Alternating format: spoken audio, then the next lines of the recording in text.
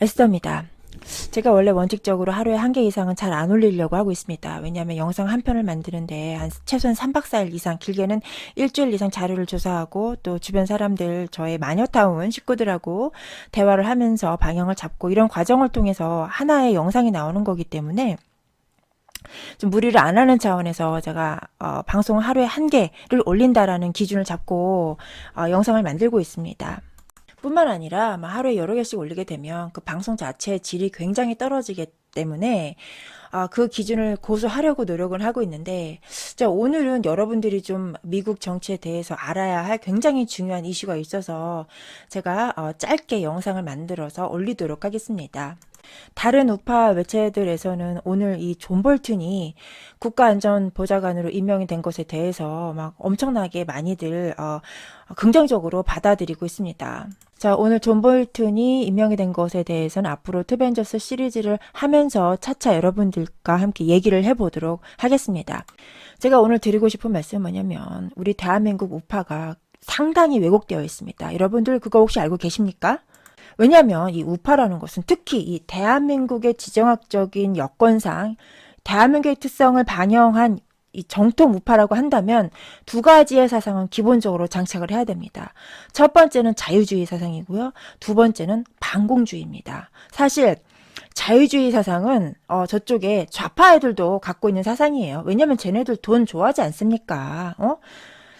그런데 이 반공주의 사상은 정통 대한민국 우파만이 가질 수 있는 사상입니다. 여러분, 지금까지 대한민국 우파 중에 누가 진짜냐 아니냐 판단하는 기준이 너무 모호하다. 누가 진짜 우파가 아닌지 좀 이렇게 그 샘플을 좀 보여달라, 목록을 보여달라, 이런 분들이 가끔 계십니다. 그거는 뭐 제가 말씀드릴 수가 없죠. 저 잡혀가면 안 되잖아요, 여러분. 여러분들이 직접 판단을 해보세요. 다만 그 기준이 뭐냐, 얘가 진짜 정통이냐 아니냐를 판단함에 있어서 가장 최우선적으로 들이대야 될 잣대는 뭐냐, 바로 반공사상입니다. 반공사상, 안티커뮤니즘. 이 대한민국의 간첩들이 왜 이렇게 대한민국에서 빨갱이가 요즘 세상에 어딨냐라면서 이 반공사상을 해이하게 만들고 느슨하게 만들고 나태하게 만든 그런 이유가 무엇인 줄 아십니까? 반공사상이라는 자를 들이대서 기준으로 이 사람이 진짜 우파냐 아니냐라고 판단을 한다면 다 걸립니다. 다. 안 걸리는 놈이 없습니다. 그래서 자기의 정체성을 숨기기 위해서 에이, 요즘 세상에 빨갱이가 어딨어, 이렇게 만들어버린 겁니다. 뭐 여러분, 존 볼튼이 극우다 이런 말 많이 하죠. 극우 아닙니다. 그냥 반공주의자입니다. 반공주의자. 미국의 좌파들도 이것들 진짜 다 빨갱이들이야. 얘네들 다 빨갱이. 그렇기 때문에 반공 사상에 대해서 철저한 사람들을 극우라고 몰아세우는 것입니다. 뭐 미국의 공화당에는 빨갱이 없는 줄 아십니까? 거기도 뭐 사회민주주의 뭐 이래가지고 이 민주주의란 말을 희석해서 쓰는 그런 애들 되게 많습니다. 뭐 존 맥케인, 참, 걔가 왜 이번에 대통령으로 당선 안 된 줄 아십니까? 걔가 그런 그 사회민주주의 뭐 이게 누구죠? 유승민 같은 스타일이에요. 유승민 같은 스타일. 이게 정통 우파라고 하기에는 반공사상이 약간 결여된 이상한 중간쯤에 있는 그런 사람입니다. 근데 지금 시점에서는 트럼프가 대통령이 될 시점에서는 오바마가 이 좌파 사상으로 인해, 좌파 사회주의 사상으로 해서 이 나라를 엄청나게 말아먹지 않았습니까? 8년 동안. 그렇기 때문에 그것을 수습하기 위해서는 좀 정통 우파가 나타나서 미국을 바로잡을 필요성이 있다라고 생각했기 때문에 미국 국민들은 트럼프를 대통령으로 만든 겁니다. 맥케인 같이 이렇게 술에다가 물 타고 물에다가 술 약간 탄 듯한 이런 애들을 시켰다가는 미국 다시 이제 지금 여기에서 미국 꼬꾸라지면 안 됩니다. 안 됩니다. 절대 안 됩니다.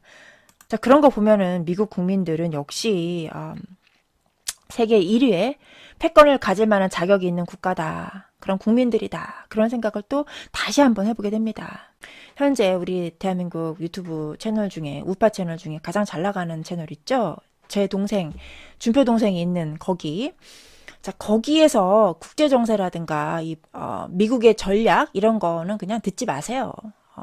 쓰레기입니다. 거기 그냥 그런 거 듣지 마시고 김정희 박사나 우리 이충훈 박사님 강의로 참고를 하십시오. 우파 방송인데 반미 감정이 생겨? 그 방송을 듣고 있으면 트럼프에 대해 감정이 안 좋아져? 트럼프의 전략이나 국제 전략을 제대로 모르기 때문에 사람들을 헷갈리게 만드는 겁니다. 근데 저는 한 발 더 나아가서 일부러 그런다고 생각을 해요. 일부러 반미 감정 가지라고 저는 그렇게 생각을 합니다. 자, 그런데 여러분들이 진짜 헷갈릴 만한 뉴스가 오늘 정말 재밌는 뉴스가 터졌습니다. 자, 지금까지 이렇게 화면에 이렇게 떠있는, 배경화면에 떠있는 이 기사 제목입니다. 오바마가 하면 로맨스, 트럼프가 하면 불륜, 페북 정보 수집 논란이란 기사입니다. 3월 23일 일자 보이시죠? 여러분, 지금까지 대한민국 언론에서 트럼프에게 유리한 기사를 본 적이 한 번이라도 있으십니까? 특히 이 네이버에서, 특히 이 좌이버에서는 한 번도 본 적이 없습니다. 물론 이렇게 귀퉁이에 조그맣게 트럼프에 대해서 이렇게 나온 좀 긍정적인 그런 기사 내용이 몇 개 있긴 있었지만, 네이버에서 이렇게 연결된 링크된 그런 기사로서 트럼프를 변호해주는, 트럼프의 입장을 대변하는 그런 관점에서의 기사는 지금까지 단 한 번도 못 봤습니다. 저는. 여러분, 게다가 여기 연합뉴스입니다. 자, 연합뉴스, YTN 이런 데의 노조 강성이죠. 유명하죠. 자, 저 기사에 대한 구체적인 내용은 이 원용석 기자, 요즘 막 엄청 달리시고 있죠, 여러분. 또 입소문으로 많이 알고 계실 겁니다. 자, 이분의 이 영상 들어가서 참고를 하시기 바랍니다. 굉장히 자세하게 설명을 해주고 있습니다. 트럼프가 지난 대선 때 페북을 이용해서 어떤 정보들을 취합을 해가지고 정치적 성향이라든가 이런 거를 분석을 해서 선거 캠페인에 활용했다라는 것 때문에 페북의 소유자인 그 마크 저버그가 미국의 상원에 가서 막 무슨 해명을 하고 막 영국의 의회까지 가서 막 해명하라 막 쌩 난리 쇼가 있었습니다. 뿐만 아니라 뭐 하루에 그 페북의 시가총액이 뭐 40몇 조가 하락했다는 등 막 난리가 났었는데요.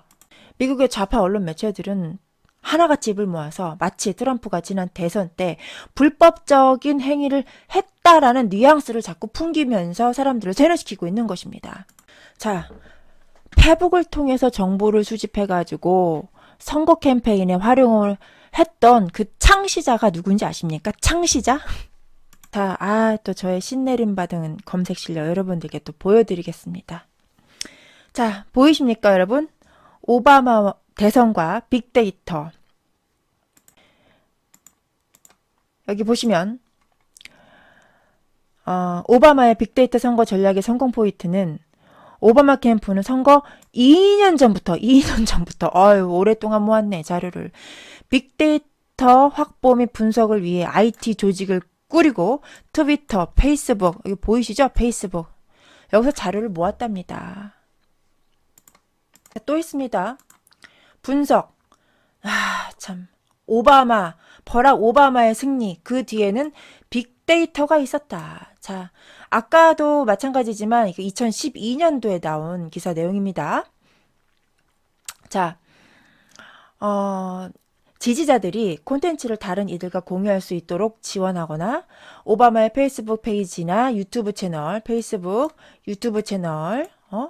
이 데이터 마이닝, 여기 단어 나왔죠? 데이터 마이닝. 자, 데이터 마이닝이 뭐냐면 페이스북이나 유튜브를 통해서 정치적 성향의 자료를 취합한다, 모은다 이런 뜻입니다. 자, 오바마는 이를 활용해 잠재적 지지자를 세밀하게 타겟팅하는 데 성공했다. 자, 또 다른 기사 이거 보여드릴게요. 오바마의 승리지도, 이것도 2012년도에 나온 내용입니다. 자, 여기 데이터 마이닝이란 단어 나왔죠. 자, 이런 어떤 기법을 통해서, 이게 원래 마케팅의 기법인데 이걸 통해 가지고 2008년도에 사용한 데이터를 처음부터 다시 다 점검하고 오바마를 지지하는 유권자의 페이스북과 인터넷 사용 기록을 추적하기 시작했다. 자, 이거 불법이네. 이런 정보 모아가지고 대선에 활용했으니까 오바마 이거 어떻게 해야 되냐 이거? 이미 탄핵은 물 건너갔고 이거 어떻게 해야 되냐? 자, 또 2012년도에 나온 기사입니다. 빅데이터, 오바마 시대를 열다. 착한 경제 이야기. 착한 경제니까 이거 좌빨이네, 매체가. 자, 이렇게 보시다시피 이 좌빨에서는 당시에 빅데이터, 페이스북, 뭐 인스타그램 등등의 관련 SNS를 통해서 자료를 모아가지고 이렇게 선거 캠페인에 선거 유세에 활용을 했다라는 사실에 대해서 이렇게 자랑을 했습니다. 이렇게 자랑을 했어요. 오바마 시대를 열다. 자, 특히 충격적입니다. 충격적입니다. 아까 그 트럼프는 뭐라고 했습니까? 거의 불법을 저지른 막 그런 것처럼 난리를 쳤죠. 자, 그런데 선거 마지막 주에 데이터 분석팀은 페이스북에서 오바마에게 좋아요를 누른 지지자들을 분석해 경합주의 친구를 둔 지지자를 찾아 이러한 일을 내세워 오바마를 지지해 달라고 설득해 주세요라는 메시지를 보냈다. 자, 이런 식으로 유세하지 않았습니까? 불법 아니에요? 자, 그리고 데이터 마이닝, 수많은 데이터를 파고들어 의미 있는 정보를 캐내는 것에 능한 또한 하지 않았습니까? 하지 않았습니까? 2012년도 당시가 이 오바마 대통령의 재선을 하는 그 선거가 있었기 때문에 또 이런 기사가 그때 당시 위주로 많이 나왔었던 것 같습니다. 그래서 여기도 보시면 데이터 기반의 새로운 선거 시대 열리다. 자, 새로운 선거 시대 열리다 뭐냐? 오바마가 이러한 데이터 마이닝으로 선거 유세를 한 창시자다, 창시자. 선두주자다. 이 말 아닙니까? 온갖 언론에서 이 오바마를 이렇게 물고 빨고 거의 그 숭배하고 숭상하지 않았습니까? 저랬는데 트럼프가 똑같은 방법으로 선거 캠페인에 저런 자료들을 활용을 했습니다. 불법적인 행위가 전혀 아니었었던 것이죠. 자, 그런데 왜 이 지랄들을 하고 있는 겁니까? 미국 상원 그리고 영국 의회 왜 이 마크 저버그한테 해병하라고 하십니까? 왜? 내가 보기에는 이거는 마크 저버그가 해병할 문제가 아니라 오바마가 해명해야 될 문제인데요. 내가 보기엔 오바마가 해명해야 되겠구만. 자, 어쨌든 이 페북 사건은 이렇습니다. 이 좌빨 언론들이 내로남불하는 이 선동 공작이었다. 자, 이게 결론인데요. 근데 제가 이상한 점은, 제가 의혹이 들었던 점은 뭐냐면, 이 한국 언론에서, 그것도 인터넷 신문사, 이 링크, 네이버에서 링크를 해주지도 않는 인터넷 신문사에서 아무도 안 보는 그런 신문사에서 올릴 법한 그런 내용을 연합뉴스에서 올려줬단 말입니다. 저는 이게 이상했어요. 이게. 자, 최근에 그렇게 뻣뻣하던 그 중국이 꼬리를 살짝 내렸습니다. 자, 왕이 외교부장. 여러분, 이 사람 얼굴 아시죠? 우리 문재인 대통령을 어깨를 툭툭 친 이 사람이 중국에서 서열 200이라고 합니다. 서열 200이. 근데 중국의 서열 200이가 우리나라 대통령, 우리나라 서열 1위를 어깨를 툭툭 쳤죠? 참나, 씨. 그러면, 우리 나라 대한민국 대통령은 중국에서 서열 200위보다 순위가 못한 건가요? 자, 뭐 하고 싶은 얘기는 그건 아니고요. 어쨌든 최근에 3월 9일 기사입니다. 최근에 왕이 외교부장이 미국한테 이렇게 말을 했어요. 미국은 선진국이고 우리는 개도국이다. 그러니까 다시 말해서 우리는 후진국이다. 그러니까 우리 좀 제발 봐주세요. 우리는 미국에 덤빌 생각이 없어요. 자, 이렇게 얘기를 했다고 합니다. 저렇게 왕이가 꼬리를 내렸음에도 불구하고, 자, 이제 무역 전쟁 포문 열렸다. 트럼프 관세 폭탄에 시진핑이 맞불을 예고하고 있다. 맞불은 개뿔, 꼬리를 내렸지. 꼬리를 내렸지. 이게 어디냐? 연합뉴스예요, 얘네들 지금. 연합뉴스입니다. 자, 요 며칠 사이에 2일 전이니까 21일입니다. 3월 21일. 미국이 이제 중국을 바짝 아주 조이고 있습니다. 그동안 미국이 중국한테 뭐라고 했습니까? 시진핑아, 너 잘하고 있다. 계속 그렇게 북한 좀 더 쪼여서, 잘 좀 해봐. 좋게 좋게 얘기하지 않았습니까? 근데 좋게 좋게 얘기할 때 말 들었습니까, 중국? 안 들었죠? 벌 받아야지, 이제. 벌 받아야지. 그래서 백악관이 중국의 지적 재산권 침해를 겨냥해서 관세 패키지를 발표했다. 그리고 중국의 지적 재산권 침해 조사 결과를 발표했다. 자, 500억 달러 관세 패키지. 500억이면 얼마나 50조 정도 되나요? 그죠? 50조 한국 돈으로. 자, 이게 지금 2일 전에 조사 결과를 발표했지만 이게 작년부터 계속 조사를 해온 내용입니다. 미국은 차곡차곡 지금 오늘을 위해서 준비를 해온 것이죠. 자, 이게 지난 10년간 미국이 중국에 대해서 적자를 본 내용인데요. 자, 여기가 0입니다. 0. 쭉 내려가서 2017년도 작년에는 약 3,752억 달러, 우리나라 돈으로 대략 한 400조 정도 되는 돈이죠. 400조. 근데 이거 여러분 누적액으로 보십시오. 누적액으로. 어마어마하게 미국이 중국에 대해서 손해를 본 거 아닙니까? 자, 그러면 미국의 입장에서 봤을 땐 뭡니까?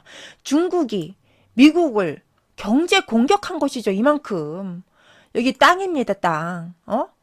미국이 이렇게 공격을 당한 겁니다. 매년 이 정도로. 그럼 미국의 입장에서는 자, 경제 보복을 하겠다라고 이야기하는 사람이 누가 돼야 되는 겁니까? 미국이 돼야 되는 거죠. 근데 마치 우리나라 언론 또 연합뉴스네. 또 연합뉴스야. 근데 우리나라 언론에서는 이렇게 그 중국이 마치 약자인 양, 필요한 모든 조치를 하면 끝까지 싸울 것. 중국이 마치 약자인 양 이런 식으로 기사를 써준다라는 것이죠. 자, 그래서 이 중국이 꺼내든 카드라고 하는 것이 뭐냐면 이렇게 미국에다가 투자한 중국 펀드 자금을 회수하겠다라고 협박을 했습니다. 자, 근데 이게 협박일까요, 과연? 내가 보기에는이 아니고 어제 김정인 박사도 자연사 박물관에서 말씀하셨듯이 중국에 지금 돈이 없어요. 돈이 없어요. 지금 이거라도 빼서 지금 빨리 써야 돼. 땡겨 써야 돼, 지금. 중국의 2017년도 GDP 중에 80%가 그림자 금융 아닙니까? 다 대출인데, 이거 어떡할 거야? 지금 어제, 그 미국의 연준에서 금리 올렸죠? 어떡할 거야? 대출 금리 이거 어떡할 거야? 빨리 해외에 투자한 돈 회수해야죠. 이거는요, 협박이 아닙니다. 이거 자살골입니다. 자살골. 물론 미국에서도 돈 회수해 간다 그러면 뭐 그렇게 좋진 않겠죠. 그렇지만 미국은 이건 정말 중국을 때릴 수 있는 카드는 무궁무진하다. 자, 이러한 얘기는 제가 하는 얘기가 아닙니다. 이충근 박사님도 그렇게 말씀하시고 김정인 박사님도 그렇게 말씀하시고요. 자, 그래서 어떤 카드를 꺼내들었습니까? 자, 아주 시기 적절한 카드를 꺼내들었습니다. 뭐냐? 자, 중국 은행에게 돈 세탁 경고했습니다. 돈 세탁 경고. 자, 이거 뭡니까? 자금 세탁 방지 기구에서 2월 달에 파리에서 회의를 했죠? 그때 주제가 뭐였습니까? 비트코인, 즉 가상화폐의 자금 세탁에 관련돼서 기준안을 마련하라. 그게 회의의 주제였습니다. 자, 그런데 이 비트코인 자금 세탁에서 이 돈이 어디로 가느냐? 북한하고 이란에게 들어가는 것을 막겠다. 북한과 이란으로 들어가는 자금줄을 막겠다라고 했습니다. 근데 이 자금줄의 가장 중요한 역할을 하고 있는 게 어디입니까? 중국이죠, 중국. 니네 조심해. 자금줄 막을 거야. 라트비아 은행 지난번에 미 금융만에서 퇴출되고 군기 바짝 들어가지고 자기들이 여기 자금 세탁해가지고 저 북한에다가 돈 갖다 준 애들 더 있어 하고 3개 더 스스로 자체적으로 제재를 하지 않았습니까? 또 그냥 넘어가면 또 섭섭하죠. 또 증거를 이렇게 또 보여드려야죠. 여기 보시다시피 기사 나와 있습니다. 그 이후에 2월 달에 미국 재무부 맨델커 차관이 라트비아에 대북송금 자금 세탁했던 그 은행을 제재를 해서 미 금융망에서 퇴출된 이후에 라트비아가 알아서 겼습니다. 이렇게 자기가 스스로 대북 제재 회피한 은행 3곳을 적발해서 이렇게 보고를 했습니다. 자, 또 시진핑이 또 반격을 했죠. 그래, 그럼 우리 미국의 국채 팔게 그랬어요. 전 세계에서 미국의 국채를 가장 많이 갖고 있는 국가가 중국이라고 합니다. 근데 팔으라고 하세요. 팔으라고 하세요. 안 그래도 지금 미국의 연준에서 자산 매각을 하는 것으로 가닥을 잡고 이제 미국의 국채를 시장에다 지금 계속 내다 팔고 있습니다.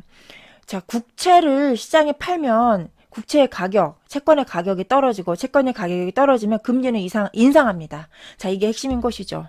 자, 이 부분에 대한 얘기는 오늘 좀 복잡하기 때문에 제가 길게 얘기하진 않겠고 결론만 말씀을 드리면 중국이 국채를 팔면 금리가 올라간다. 시장금리. 자, 시장금리가 올라가면 어떤 금리도 올라갑니까?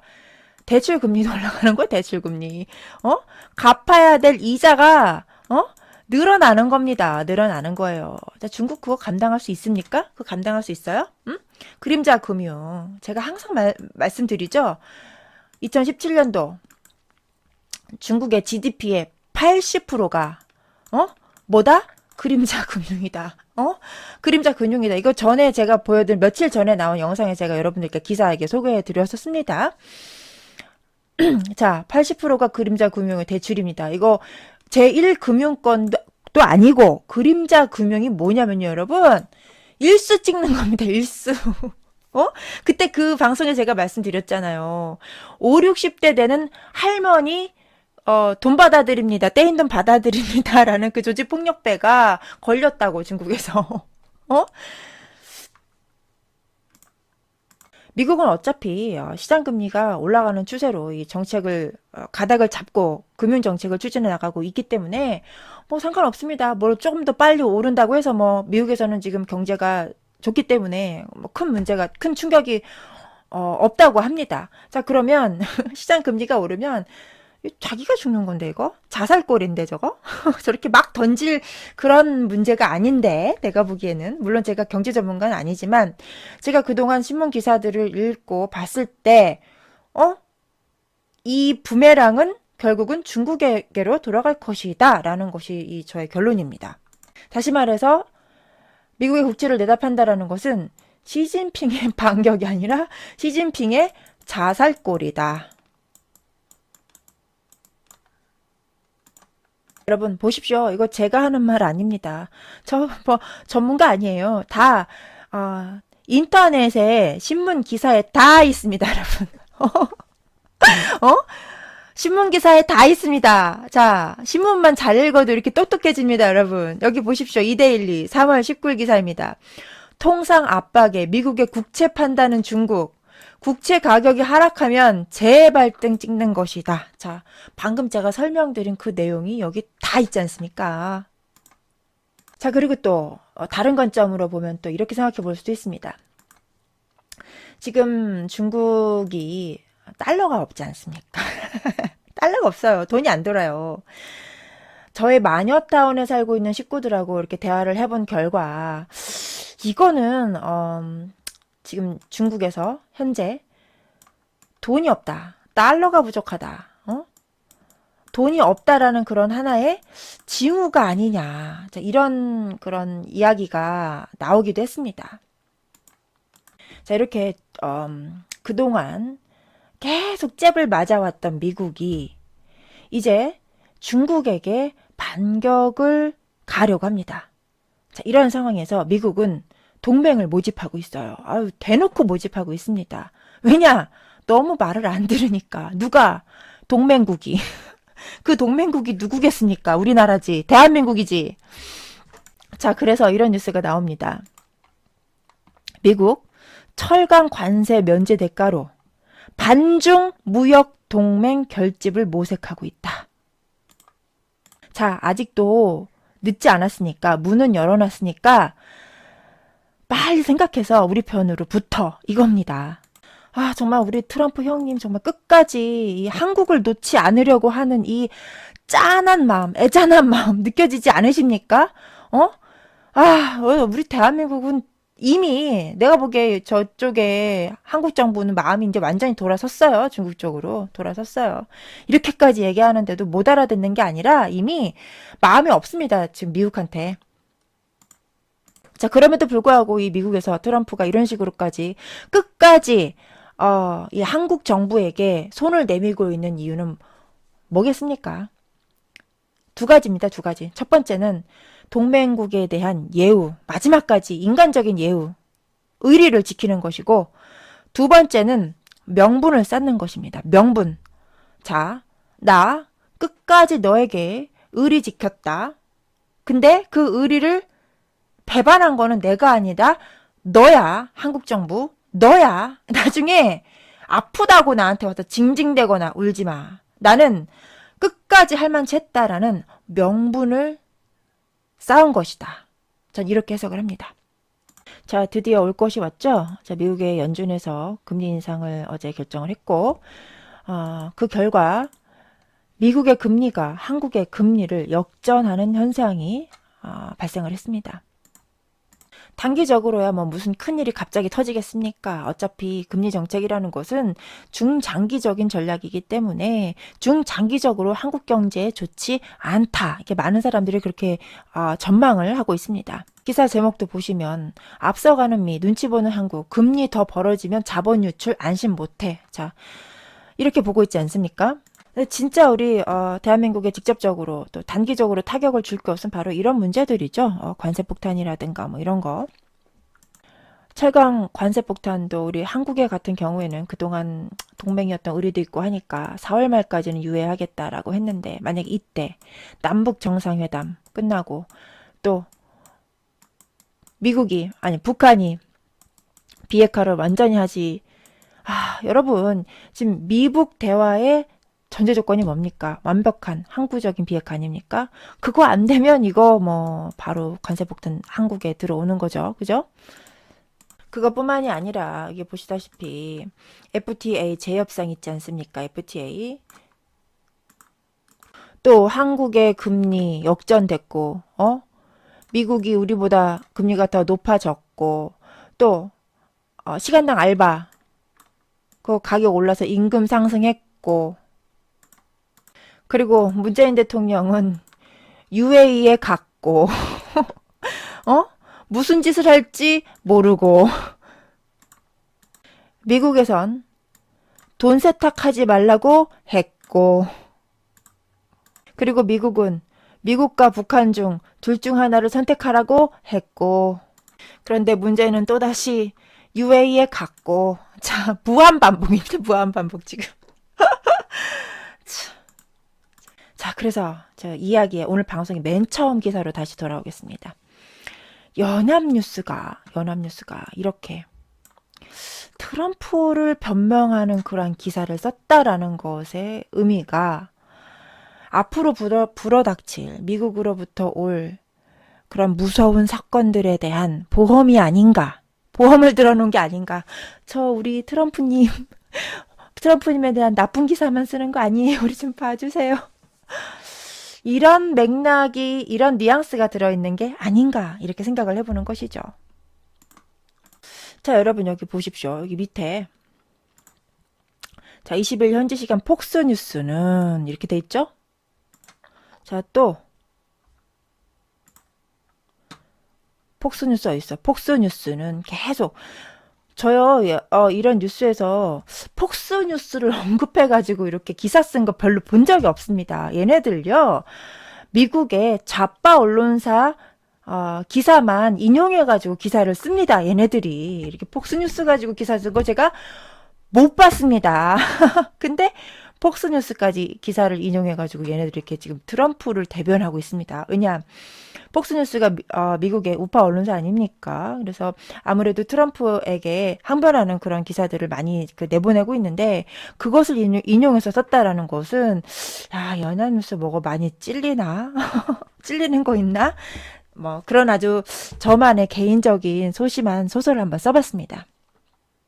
간단하게 기사만 이거 읽어드려야지 했는데 또 오늘도 벌써 30분이 다 됐습니다, 여러분. 길고 허접한 저의 방송, 비전문가 방송 들어주셔서 정말 항상 감사드리고요. 24일 자, 지금 제가 방송을 녹화하는 날짜는 23일인데 내일입니다. 내일. 자, 여러분이 방송을 들으시는 날짜는 오늘이 되겠죠. 자, 오늘 토요일 반중 집회 있습니다. 이충구 박사님, 김정희 박사님의 역대급 환상의 특급 콜라보 무대 준비되어 있습니다, 여러분.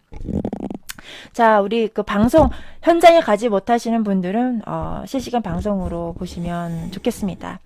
자, 여러분 오늘 주말 잘 보내시고 좋은 하루 되세요. 감사합니다.